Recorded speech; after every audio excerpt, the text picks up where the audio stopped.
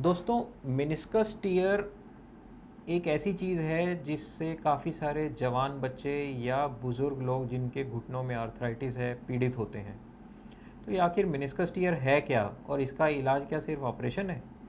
आज हम इसी के बारे में जानेंगे। द हेल्थ केयर टुडे में आपका स्वागत है। मेनिस्कस टीयर क्या है, ये जानने से पहले हमें ये जानना होगा कि दरअसल मेनिस्कस क्या है।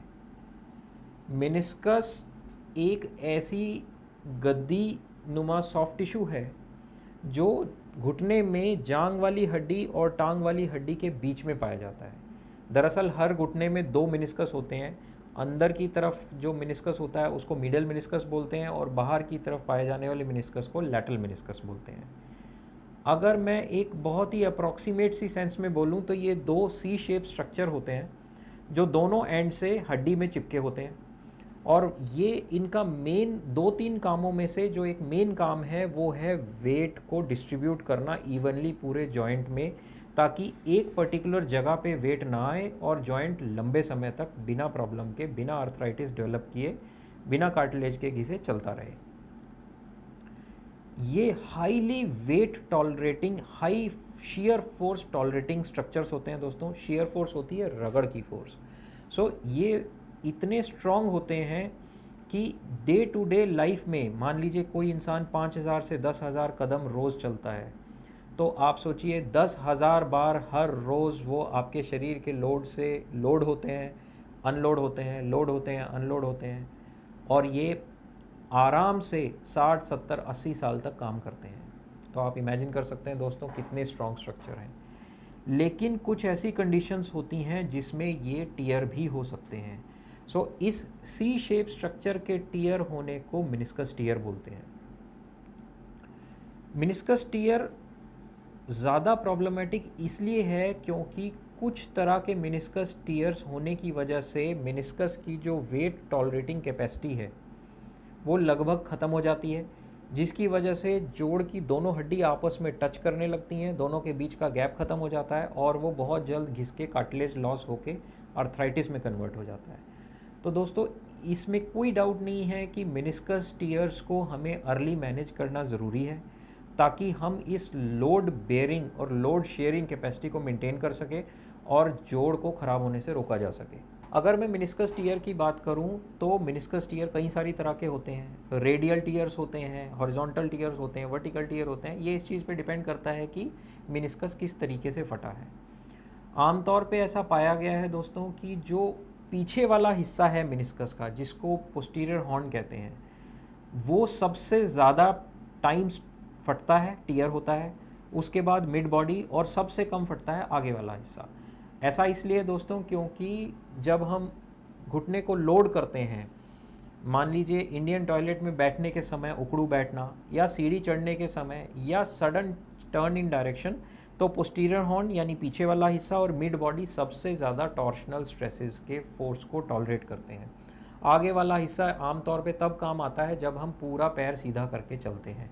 तो इसलिए लाजमी सी बात है कि पीछे वाला हिस्सा क्योंकि ज़्यादा फोर्स टॉलरेट करता है तो उसके फटने के चांसेस भी ज़्यादा होते हैं। एमआरआई अगर हम कराएं तो उसमें grade 1, grade 2, grade 3 tears mention होते हैं। तो क्या ग्रेड 1 टीयर के लिए भी कुछ इलाज करना है? दोस्तों, एमआरआई दरअसल एक बहुत ही सेंसिटिव इन्वेस्टिगेशन है, जिसमें ग्रेड 1 टीयर्स असल में फ्रैंक टीयर्स नहीं होते। वो सिर्फ डिजनरेशन या कुछ सिग्नल चेंज, सूजन आना, जिसको कॉमन लैंग्वेज में अगर हम कह सकते हैं, उन सिग्नल्स को पिक करता है, जिसको एज ग्रेड 1 टीयर रिपोर्ट किया जाता है। तो आम तौर पे ये देखा गया है कि ज़्यादातर grade 1, so called grade 1 tears जो एमआरआई पे रिपोर्ट होते हैं, उनके लिए हमें कुछ सर्जिकली नहीं करना होता और ये अपने आप ठीक हो जाते हैं। जो ग्रेड 3 टीयर्स हैं वो फ्रैंक टीयर्स हैं, जिसमें हमें कुछ ना कुछ इंटरवेंशन कर उन्हें ठीक करना होता है। जो ग्रेड 2 टीयर्स हैं वो आमतौर पे 50-50 चांस होते हैं कि खुद भी ठीक हो जाएं, या उनके अंदर हमें कुछ सर्जिकली या किसी और तरीके से उनको ठीक करना पड़े। दोस्तों, अगर मैं एक मोटा सा डिफरेंशिएटिंग फीचर बताऊं कि कौन से ऐसे टीयर हैं जो खुद को हील कर सकते हैं और कौन से ऐसे टीयर हैं जो नहीं हील कर सकते, वो इस चीज़ पे निर्भर करता है कि वो टीयर किस जोन में है। मेनिस्कस को दरअसल 3 जोन में डिवाइड किया जाता है। जो सबसे बाहरी हिस्सा है वो रेड जोन है, यानी वहीं से खून की सप्लाई मेनिस्कस में आ रही है, और जो सबसे अंदर वाला हिस्सा है वो वाइट जोन है, यानी वहाँ तक खून की सप्लाई पहुँच ही नहीं रही। तो लाजमी सी बात है, हील करने के लिए खून चाहिए। तो इसलिए ऐसा पाया गया है जो आउटर 1/3 में मेनिस्कस के टीयर्स होते हैं, यानी जो रेड जोन में होने वाले टीयर्स हैं, उनके ज़्यादा चांसेस होते हैं अपने आप को हील कर लेने के। जैसे जैसे हम अंदर की तरफ आते हैं, वाइट जोन में आते हैं, तो ये टीयर्स आमतौर पे अपने आप को हील नहीं कर पाते हैं। अब बात करते हैं उन टीयर्स की जिनमें डॉक्टर को दिखा कुछ करने की ज़रूरत पड़ती है ठीक करने के लिए। तो दोस्तों, ग्रेड 3 टीयर्स जो इनर जोन में वाइट जोन में हैं, या डिजेनरेटिव टीयर्स, इनके अंदर आमतौर पे डिजेनरेटिव टीयर्स माने वो टीयर्स जो एज के साथ घिसने की वजह से हो जाते हैं। ये टीयर्स आमतौर पे अपने आप को हील नहीं कर पाते हैं, और अगर इन टीयर के टुकड़े टूटकर जोड़ के अंदर फंस जाएं तो वो नी लॉकिंग पैदा कर सकते हैं। लॉक्ड नी मतलब घुटना मुड़ा और मुड़ा रह गया, इतना ज़्यादा दर्द हुआ कि धीरे धीरे कुछ घंटों में जाके सीधा हुआ, और ऐसा बार बार होने लगता है। अगर ये टुकड़ा टूट के बिल्कुल फ्री हो जाए तो ये एक लूज बॉडी की तरह पूरे जोड़ में घूमता रहता है और सब जगह का कार्टिलेज खराब कर देता है। अगर ऐसी कोई कंडीशन है तो उसके लिए जो तरीका है वो है दोस्तों आर्थ्रोस्कोपिक या की होल या दूरबीन के रास्ते मेनिस्कस को या तो रिपेयर करना या उस टूटे हुए टुकड़े को या डीजेनरेटेड मेनिस्कस को निकालना, जिसको हम मेनिसेक्टमी कहते हैं। दोस्तों, लिटरेचर में ऐसा साफ साफ पाया गया है कि इनर 1/3 ऑफ द मेनिस्कस, यानी अंदरूनी 1/3 हिस्सा जो वाइट जोन है, उसमें अगर डिजेनरेटिव टीयर है तो उसको निकाल देने से भी घुटने की लॉन्ग टर्म लाइफ पे कोई इफेक्ट नहीं आता है। जैसे जैसे आर्थ्रोस्कोपी टेक्निक्स इम्प्रूव हो रही हैं, जैसे जैसे ऑल इनसाइड रिपेयर आ गया है, ज़्यादा से ज़्यादा ऐसे टीयर्स हम रिपेयर कर पाते हैं बजाय काट के निकालने के। वर्ड ऑफ कॉशन, ऐसा टीयर जो रिपेयर होने के बाद भी हील नहीं करेगा और हम उसको रिपेयर करने की कोशिश करें तो वहाँ पे दोबारा रीटीयर हो जाता है। तो दोस्तों, अगर आपके डॉक्टर आपको ये ऐसी सलाह देते हैं कि इसको काट के निकाल देना ही बेहतर है, तो इस पे तवज्जो देने की ज़रूरत है, क्योंकि अगर हम इस होड़ में कि मेरा मेनिस्कस रिपेयर हो जाए, हम ये प्रेशराइज़ करें अपने डॉक्टर को कि नहीं डॉक्टर साहब, मेरा तो मेनिस्कस आप रिपेयर ही कीजिए, जबकि वो ऐसे जोन में है जहाँ पे रिपेयर का कोई लाभ नहीं होगा, क्योंकि वहाँ पे खून की सप्लाई नहीं है। हम उस टाइम टाँके लगा देंगे लेकिन वो टाँके फिर टूट जाएंगे या मेनिस्कस कहीं और से फट जाएगा। तो ऐसे केसेस में मेनिसेक्टमी एक बेटर रोल प्ले करती है as compared to meniscus repair.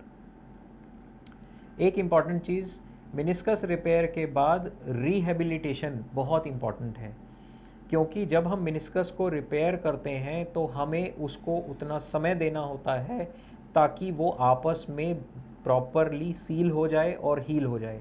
ऐसा होने में 1.5 महीने से लेके 3, 4, 5 महीने तक भी लग सकते हैं, डिपेंडिंग ऑन कि टीयर कितना बड़ा था और आपका body weight, sugar level, thyroid level, smoking level क्या है।